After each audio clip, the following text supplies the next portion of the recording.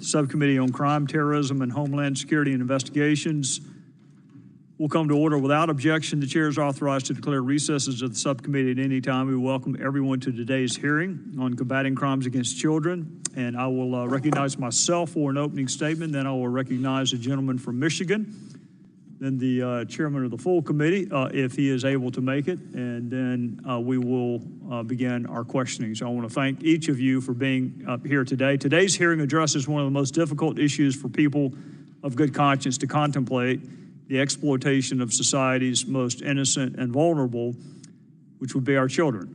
Public safety is the preeminent function of government, and even among the preeminence of this function, protecting those who cannot fully protect themselves is most important. Today begins our process of examining current laws pertaining to the exploitation of children and to evaluate the effectiveness of these laws and work together across every proverbial aisle that exists to make sure our laws are as tough and effective as possible. Amend where needed, strengthen where needed. I want to thank our witnesses for being here today, but more importantly, for every day other than today, while you are living out your commitment and dedication to combating and preventing child exploitation and abuse.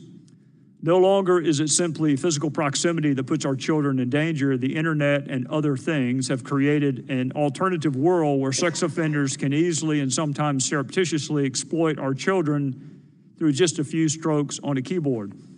Not only are offenders finding vulnerable victims, they're also finding other people who share their depravities.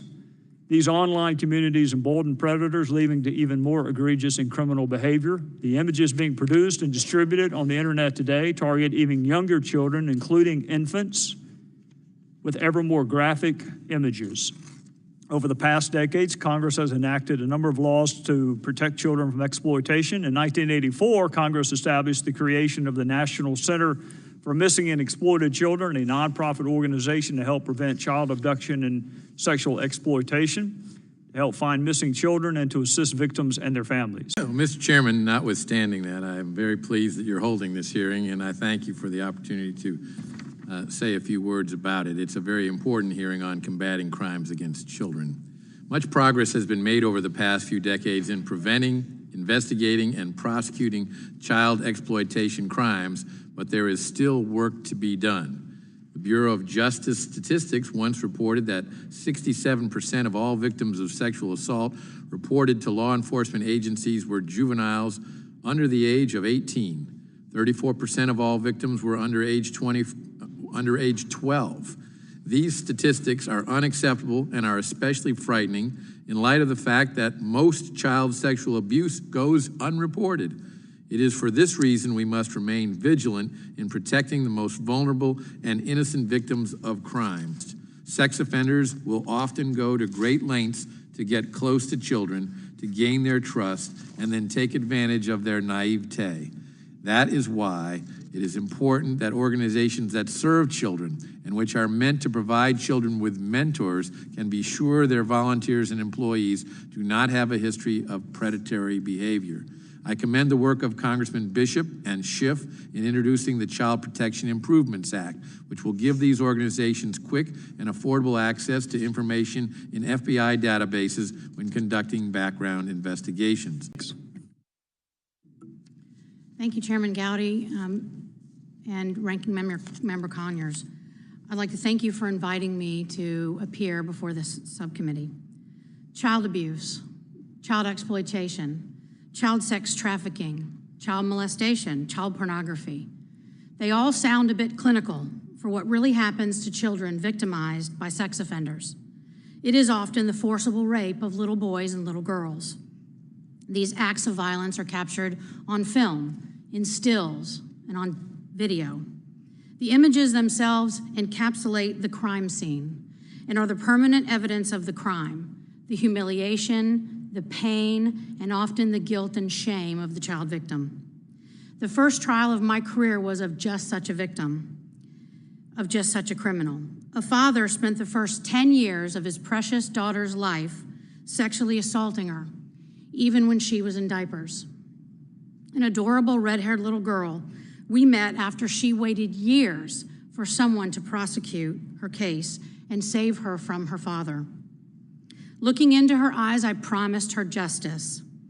Making my first closing argument to a jury, I trembled, so anxious that I had done everything right for KW, so anxious that they accept my righteous arguments and convict this depraved man.